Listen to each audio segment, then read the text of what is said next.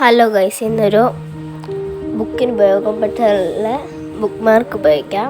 നമ്മൾ വായിക്കുമ്പം എന്തെങ്കിലും മാറി പോകുമല്ലോ, അതിനായിട്ട് ബുക്കിൽ നിന്ന് ഒരു നടുക്കുന്നൊരു വരയിട്ട് അത് കണ്ടിച്ചെടുക്കണം. എന്നിട്ട് കറക്റ്റ് നടുക്കായിട്ട് അതൊന്ന് മടക്കിയെടുക്കുമ്പോൾ കറക്റ്റ് നടുക്കല്ലെങ്കിൽ അത് തെറ്റിപ്പോകും.